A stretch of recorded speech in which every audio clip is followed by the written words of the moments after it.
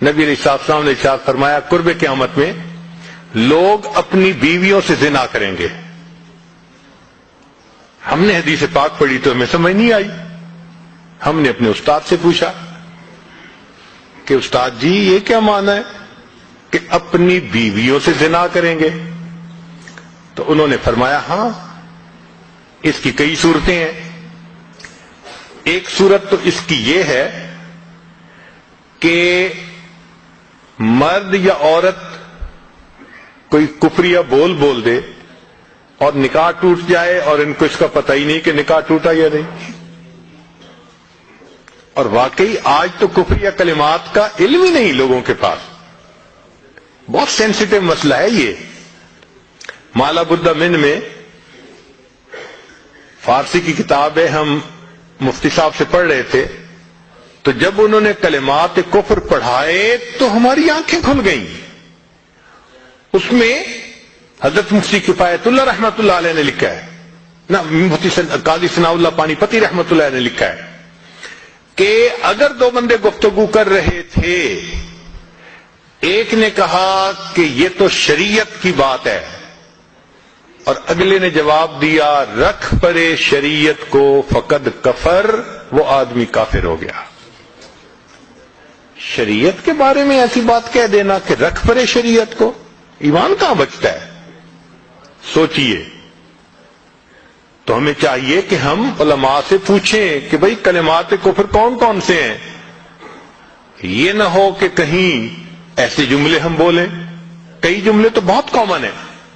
مثلا علماء نے لکھا ہے کہ کسی نے کہا کہ کہاں رہتے ہو؟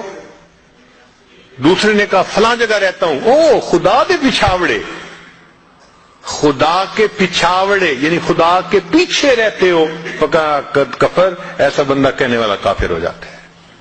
تو ان کا علم حاصل کرنا ضروری کہ کہیں ہم تو اپنی گفتگو میں کوئی ایسی بات نہیں کہہ جاتے, اور اگر نکاح ٹوٹ گیا تو پھر اپنے ذہن میں میاں بیوی رہ رہے ہیں اور زنا کا گناہ لکھا جا رہا ہے. تو فرمایا کہ مرد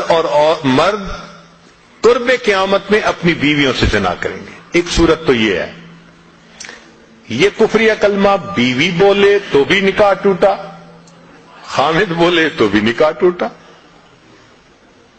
اور دوسری صورت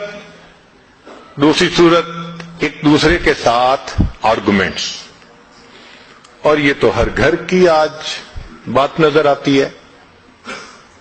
جس گھر میں دیکھو الا ماشاء اللہ وہی حال ہے. جب شادی ہوئی میں بولتا تھا, بیوی سنتی تھی.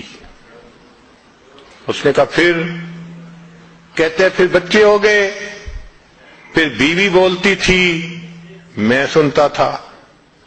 اس نے کہا پھر, کہتے پھر ہم دونوں بوڑھے ہو گئے, ہم دونوں بولتے تھے محلے والے سنتے تھے. تو بڑھاپے میں آرگومنٹس اور زیادہ. اب ان آرگومنٹس میں ہوتا کیا ہے کہ مرد کی زبان سے کنائے میں طلاق نکل جاتی ہے. کنایا کہتے ہیں کہ لفظ تو طلاق کا نہیں بولا لیکن بات ایسی کر دی کہ جس کا مفہوم طلاق والا ہوتا ہے, اس کو کنائے میں طلاق کہتے ہیں. اب یہ گناہ بہت زیادہ ہے کہ غصے میں کہہ دیتے ہیں چلی جا, مجھے تیری کوئی ضرورت نہیں آج کے بعد. اس قسم کے الفاظ کہ جس کا نتیجہ یہ نکلے کہ تو میری بیوی نہیں ہے,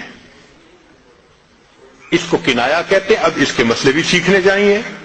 بھائی نکاح کیا ہے تو کیسے ٹوٹ سکتا ہے, یہ مسئلے بھی تو آنے چاہیے نا. یہ کہاں لکھا ہوا ہے کہ آپ ٹیکس کے سب مسائل جانتے ہیں, بزنس کے سب کوڈز جانتے ہیں, فلاں کا سب نالج آپ نے حاصل کیا ہوا ہے, اور ایک مومن نکاح کر لیتا ہے اور اس کو نکاح طلاق کا پتہ ہی نہیں ہوتا. یہ کہاں کا انصاف ہے؟ شریعت کہتی ہے علم حاصل کرو. ایسا نہ ہو کہ کنائے میں طلاق ہو جائے, ہمیں پتہ بھی نہ ہو اور میاں بیوی مل کے رہ رہے. اور آج تو یہ معاملہ ہے کہ زبان سے طلاق کہہ دیتے ہیں, ہو بھی جاتی ہے, پتہ بھی ہے دونوں کو, مگر بدنامی ہو جائے گی, پھر ایک دوسرے کے ساتھ رہ رہے ہوتے ہیں. چنانچہ ہمیں ایسے لوگ ملے 5 وقت کا نمازی، تہجد پڑھنے والا، سب نیکی کرنے والا. خود اس نے مجھے کہا کہ آج سے 8 سال پہلے میں نے اپنی بیوی کو طلاق دے دی تھی غصے میں. ویسے میں نے غصے میں دی تھی. میں نے کہا کبھی کسی نے بیوی کو خوش ہو کے طلاق دی؟ دیتا تو غصے میں ہی ہے نا. یہ کیا بات ہوئی کہ غصے میں دی تھی؟ بھئی طلاق تو ہو گئی.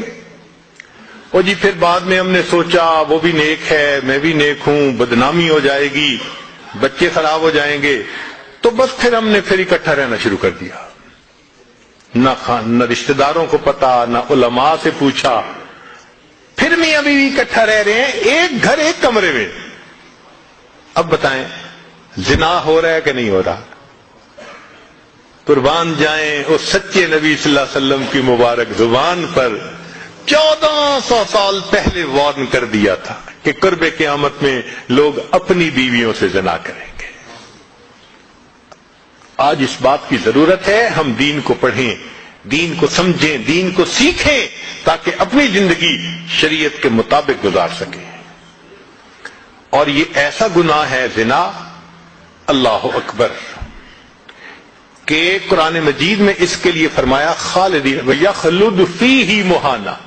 خالدین فیہا کا لفظ آیا تو مفسرین نے اس پر نقطہ لکھا کہ کافر ہمیشہ ہمیشہ جہنم میں رہیں گے، مومن مسلمان خطا کار کے لیے خالدین کا لفظ.